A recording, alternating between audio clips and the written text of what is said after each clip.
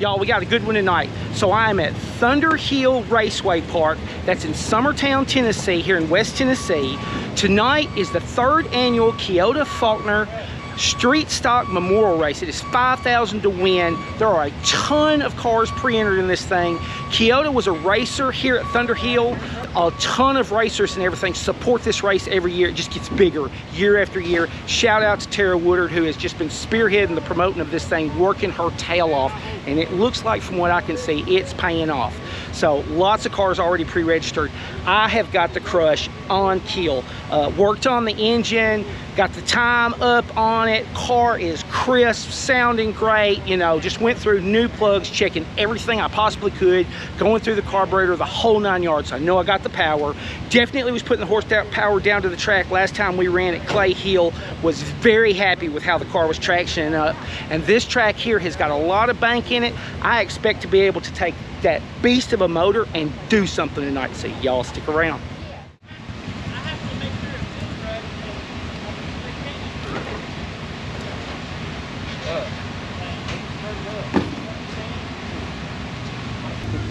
Y'all, I would say we're ready for a new body, new nose and all that, but we got another frame coming, so we just gonna go new car.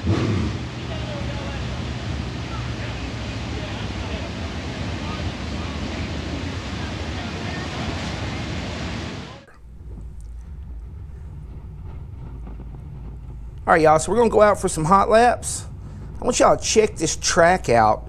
This is probably the steepest bank track that I have been on since I started back to racing. Years ago, I had one that I raced on back in the late 90s, early 2000s. It was steeper, but this right here, like, watch where the cars actually pull over on the track, the way they break over.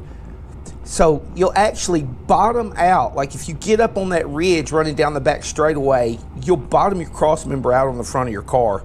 That's how steep the track is. But coming up to speed here. So this track, it was really hooked up, but it was still spongy. It was spongy in the turns. And down here in 3 and 4, the track's coming apart. And I was just slamming down on the right front. And so I was like, oh, this ain't gonna work. But it wasn't too bad down here in 1 and 2. It was soft and kind of peeling up, but it wasn't coming apart. But in 3 and 4 here, yeah, it was very apparent it was gonna have some big holes for him down there in 3 and 4. But putting all the horsepower down, motor definitely on kill. Got the stumble out of it. Motor just needed more time. I just didn't know. E85's new to me, but putting the fresh plugs in, I think it needed the plugs.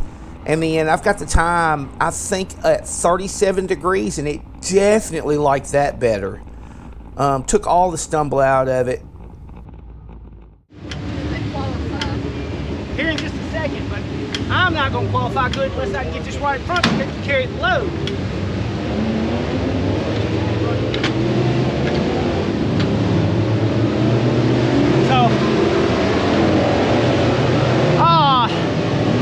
So the 750 is definitely not enough spring for this track. It was just burying that right front when I went out in the hot laps there. Track's rough on one end and boom, boom, boom, boom, burying it. I gotta get there and I gotta get there quick. It's way off. So I had some help down here at Thunderhill.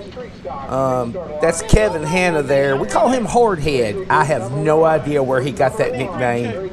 But he is a racer, but he lost the whole front of his clip. He's having to actually put a new clip on the front of his car. And so him and Mr. Charlie Perry came, and they're helping me out. Yeah. Yeah. He's directing me. So he's helping me because everything was moving so fast. We didn't have a lot of time to do anything. And so he's in there helping me, and he's swapping the shock out for me. And we put a spring rubber in because we had to deal with that right front being too soft. I'm going to talk about that more here in just a second. But yeah, so I think we went from like the 800 to back to the 500 on the rebound. It is moving quick.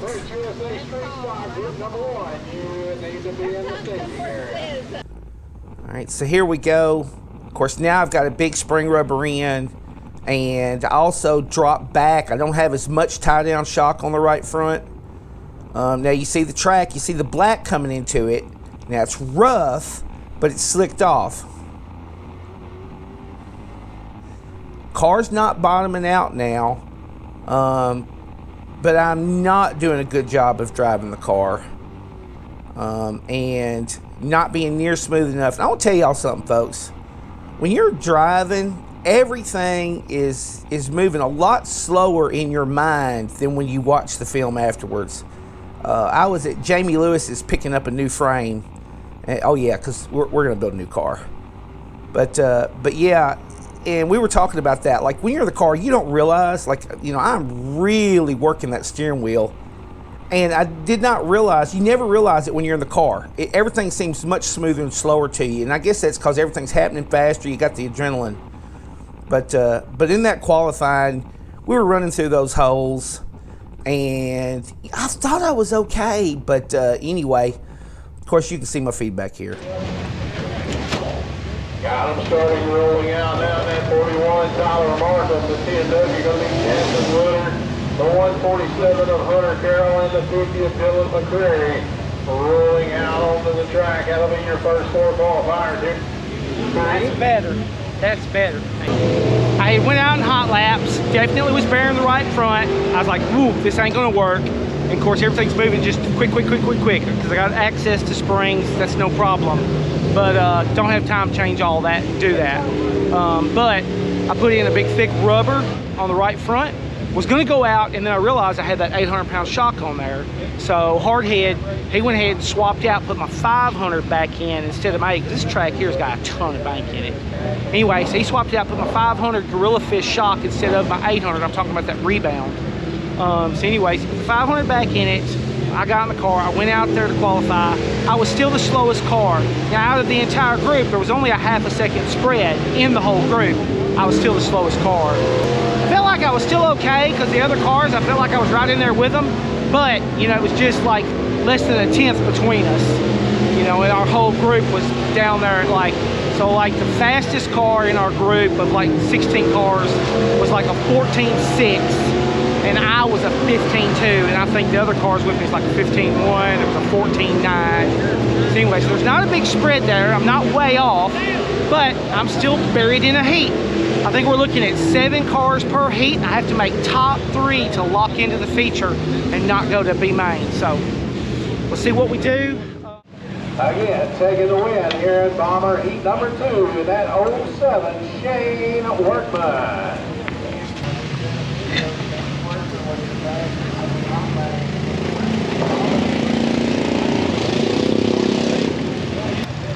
We going ahead and putting all new rubber on because we got to make top 3 in the race we in. We can't worry about saving the rubber for the feature because we need the rubber to get to the feature. All right, so this is our heat race. I'm not quite last place. I think there's 1 car out beside me. You see him there.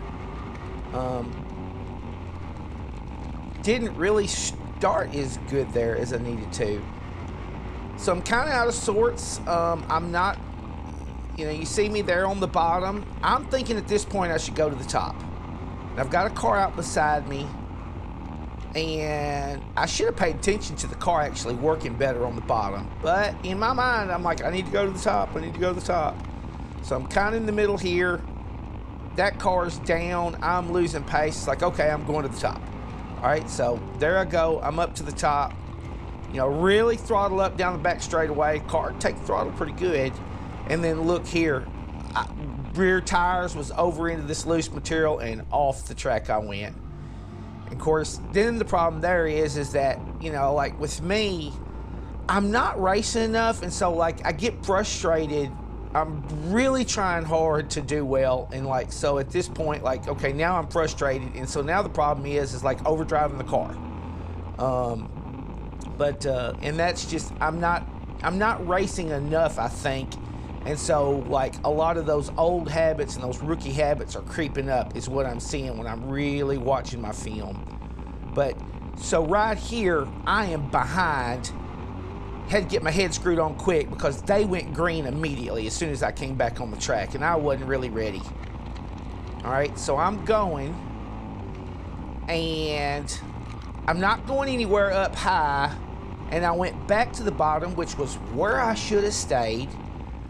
And the car was looking at it now, like I had a good car, but I didn't. I should have stayed on the tires at the bottom. It was slick all the way up. The car would turn, and I was not doing a good job of that. So watch right here. I'm gonna go down here in just a minute. I'm gonna get my head out my tail, and I'm gonna get back down to the bottom because I'm not going anywhere up here at all. I mean, it's like I've got enough car, but I can't pull forward. And so there, I break the car down. The car would turn. I'm turning, you know, a little back and forth. I'm still sawing on the wheel, but like the car will rotate. The problem that I see is right here was like that I was just not slowing the car down enough getting into the turn. See, I slid out there. It's like if I had been down there on the bottom the whole time, slowing the car down and just smoothly accelerating off. Of course, you see the flag, and it's over now.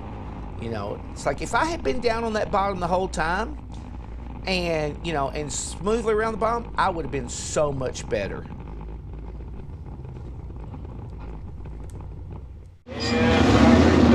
Number 2, they're lining it up like this out of Mount Pleasant, Tennessee, and that number 66 by Vandygriffs. Outside of row 1, out of Rogers, Alabama, the G1, Corey Gadd. In row number 2 in the 3D out of Midnorth for the green flag. Mr. Flag is blue. Let's go to racing. Green flag. There's still side by side.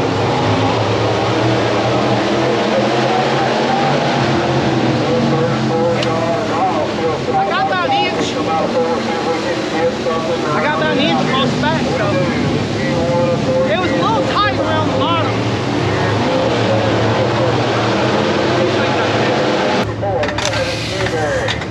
Inside of row 3 in the number 10, Mr. Jimmy Woodard, and outside of 3 in the B7,